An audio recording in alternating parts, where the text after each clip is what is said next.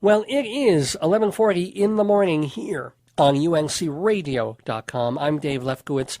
You are listening to Dave's Gone By, which we do every week here at the station. We're still doing Inside Broadway because a couple of days ago, I was invited to be a phone guest on WVTL Radio in Rochester, New York, for a show called Coffee with Cudmore, a guy named Bob Cudmore, who was a guest on this program a couple of years ago, and I've been a guest on his show a few times over the years, talking about theater. In fact, 2 or 3 weeks ago, I was on there talking about the Tony Awards, and now more specifically, Bob was real interested in Spider-Man, because it was, even though it didn't even open last season, it was one of the big stories in theater of last season. So he wanted to talk about that, and I thought it went really, really well. Sometimes, he tapes pretty early in the morning, so I'm a little tired and getting my thoughts together. Sometimes my throat isn't open enough, so I'm barely getting the words out. But this particular time, I think I was kind of on. So let's hear from June 21st on the Bob Cudmore Show, Spider-Man. Yes, ladies and gentlemen, that is truly none other than Jaime the drummer, except no substitutes. He's come in not because there's a contest. Don't bother calling the show. No.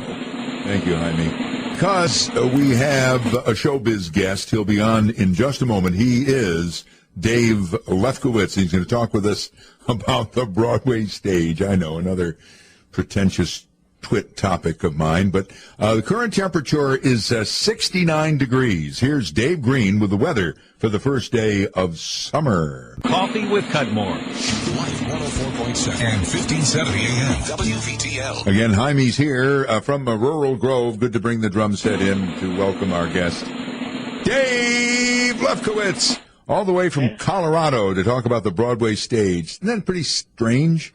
Good morning, Bob Cudmore. And no, there's nothing strange about it, nor are you a pretentious twit in any way, shape, or form. Oh, I'm pretty for liking pretentious. Musical theater. I'm pretty pretentious. What? Oh, you mean because liking musical theater isn't something that pretentious twits like? Maybe it used to be, but, check any 15 to 17-year-old and ask if they're watching Glee. Or if they come to New York, what's the first thing they want to do? And they want to see theater. Hopefully they also want to see non-musical plays as well. Right. But, maybe I'm kind of a pretentious twit myself, but it's gone so far beyond a fringe niche and kind of entertainment now. It is right in the center, right in the heart of American culture. I mean, what is American Idol but a bunch of people getting up and sometimes singing show tunes? That's right. Let's put on a show. And also, for example, the main reason that I asked to have you on is my co-host in the morning, who doesn't like topics that are pretentious or twitty, Dave Green, said, what is with this Spider-Man musical? Isn't that dangerous? It seems to me Spider-Man is sort of like a reality show, or like, we've got a story today about a man from up here, from Mayfield, who's going to be the host of 101 Ways to Leave a Game show, a man named Jeff Sutphin. And what they're going to do is they'll either put the person on the wings of a biplane, drop him or her from a speeding 18-wheeler. You get the idea. I mean, it seems that maybe Spider-Man is trying to create the atmosphere of a reality show. Whoa, not even, if you want to be jokey about it, perhaps you can say that. But the real Spider-Man story is you have a brilliant visionary director, Julie Taymor, who gave the world not only The Lion King, but some pretty extraordinary films. If you've ever seen the Frida Kahlo film that she did, she's a marvelous, brilliant director. And they went to her after she made billions of dollars for Disney with The Lion King and said, okay, you do Spider-Man and we will give you the whole toy box, all the crayons with all the colors, all the money you want, just give us something amazing. And what she did was give us something amazing. I mean, to be honest, I haven't seen it. I'm only going by what friends have told me and what I have read. But she created something amazing. She also created something that was a mess, and that turned out to be a danger to some of the people physically involved. It's a horrible analogy, but, when Chinese people were building the railroads in this country, a lot of them died. Yeah. Horrible. They worked for miserable wages, etc. But we have railroads.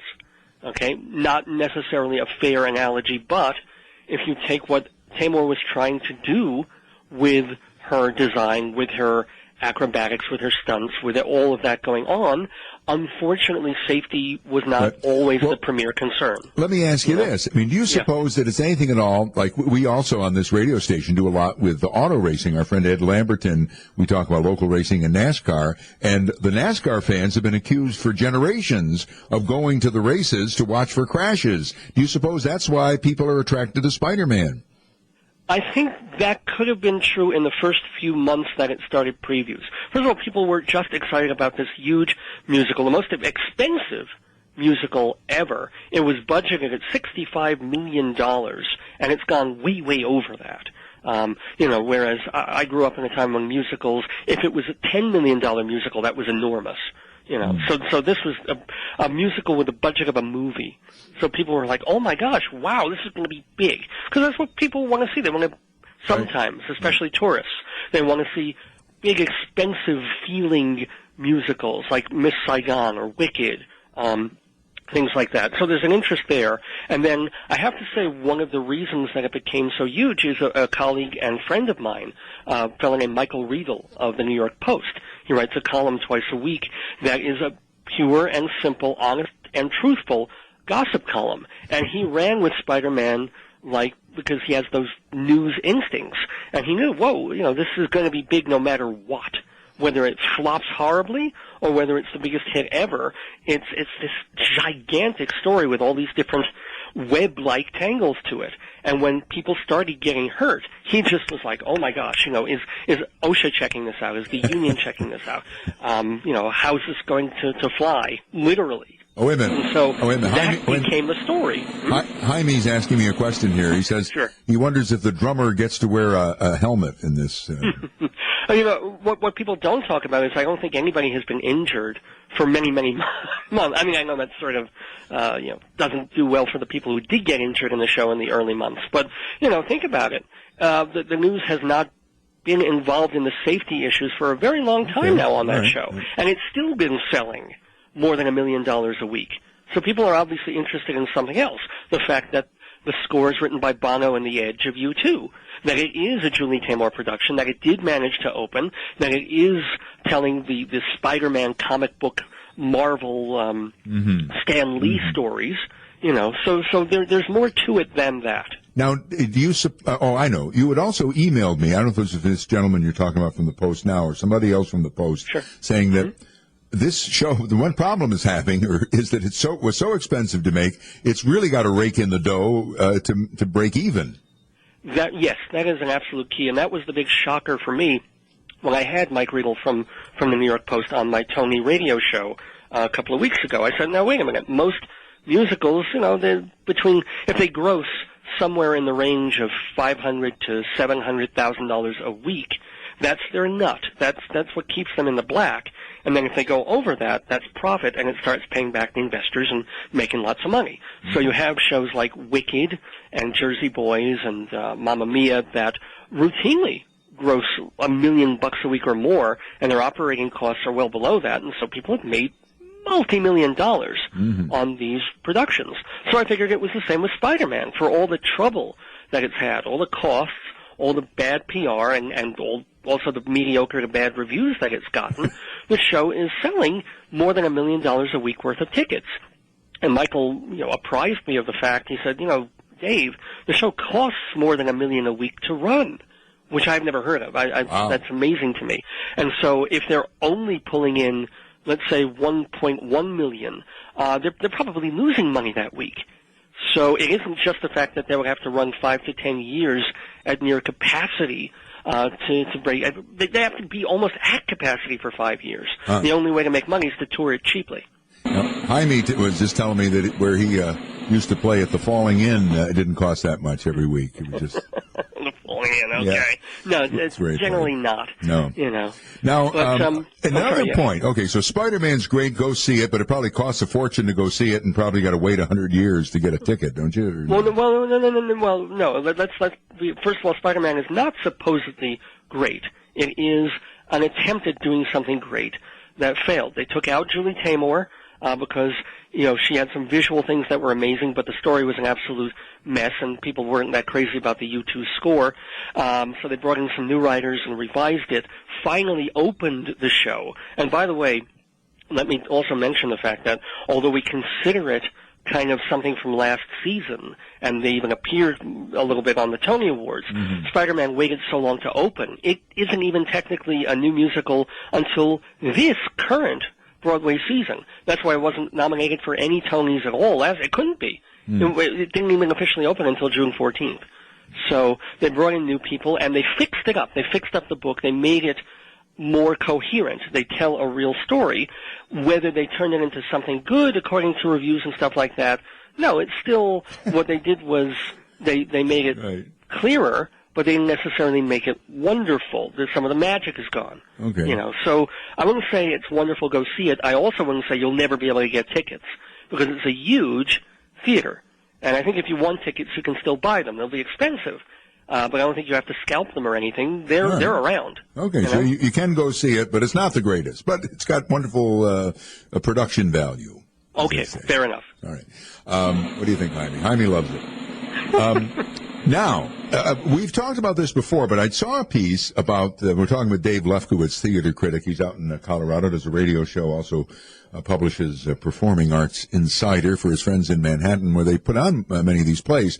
That the theater, as you indicated at the beginning, it has become edgy. It's become modern. It's become what's happening with the Book of Mormon and the thing with the horses and all that. I mean, I saw that somewhere. Could it be Time Magazine? I'm waiting for one of my many doctors who stick things into me and so forth. That was the case. I mean, well, it is the case. I mean, they're doing very edgy stuff on Broadway, which is wonderful to see. I wouldn't say War Horse is particularly edgy. It's incredibly beautiful and visionary in the way it's presented and constructed, with these horses and the way they're made out of wire and mesh and all these different materials, and they're very lifelike. But the story itself, I mean, War Horse is an old-fashioned family kind of show that could have been done 40 years ago, but Mormon, no, and you have to play the mother effer with the hat by Stephen Adly Girgis, which came out of nowhere, and people were afraid they couldn't market it. You couldn't put the full title on a marquee or in a New York Times ad or on a radio ad on WVTL because, it had that word in there. And meanwhile, reviews came out, and the show, which was supposed to close in a week, is still running. It's making very good money, and it didn't win the Tony Awards. War Horse won for Best Play. But still, out of nowhere, that came through. And I think it's been a slow evolution of accepting things on Broadway, because Broadway was actually starting to get behind the curve. It used to be the place where the issues were discussed that you couldn't talk about on television, homosexuality and abortion, what have you. And then, television started to change a little bit with Norman Lear, and sitcoms, started dealing with other things and these dramas, and then cable came along, and language went all over the place, which TV followed suit, and suddenly TV became ahead of the curve on all these things. And now Broadway is finally catching up. And how do they do it? They get guys who wrote South Park, to come up with a musical. Or you get revisions of old things that make them modern, like Spring Awakening was a pretty out there, very strong and good musical with bad language and updating a 100-year-old play, but making it extremely rock and roll and extremely dark and modernist. Wow. I tell you, you know a lot of stuff. You should be teaching out there in Colorado, are you? Or are you? I have taught at the University of Northern Colorado, where I'm currently getting a second master's degree, because, it looks like potato chips. You have one, you have to have another right after it. But Jaime just gave you a drum roll for that. He thought it was pretty impressive. Yeah. Now, I've taught playwriting here. I'm hoping to teach some more here or at other schools locally, so I'm poking around for that. But mainly, I'm programming director of UNC's radio station, which I'm quite proud of, and doing Performing Arts Insider, and doing TotalTheater.com, and also hosting Dave's Gone By on Saturday mornings. So I keep busy. Yeah, I guess you do keep busy, Dave Lefkowitz, and it's a pleasure talking with you. And Jaime and I wish you the best, and maybe you'll get to see Spider-Man. We could do a radiothon to raise the money for the tickets for you. Would you like no, but, I was one of the good guys. I waited. Whereas critic friends of mine were running to see it in previews because it had been in previews so long, they were like, this is ridiculous. They're charging full price for tickets, and consumers aren't knowing whether it's any good or not. So they went out and bought their own tickets, or the newspapers did for them, and they ran to see the show long before the official opening. But finally, it did open, so now, if I can get to New York in time, probably be running well into October, I will do that. Thanks, Bob. You're welcome, Dave.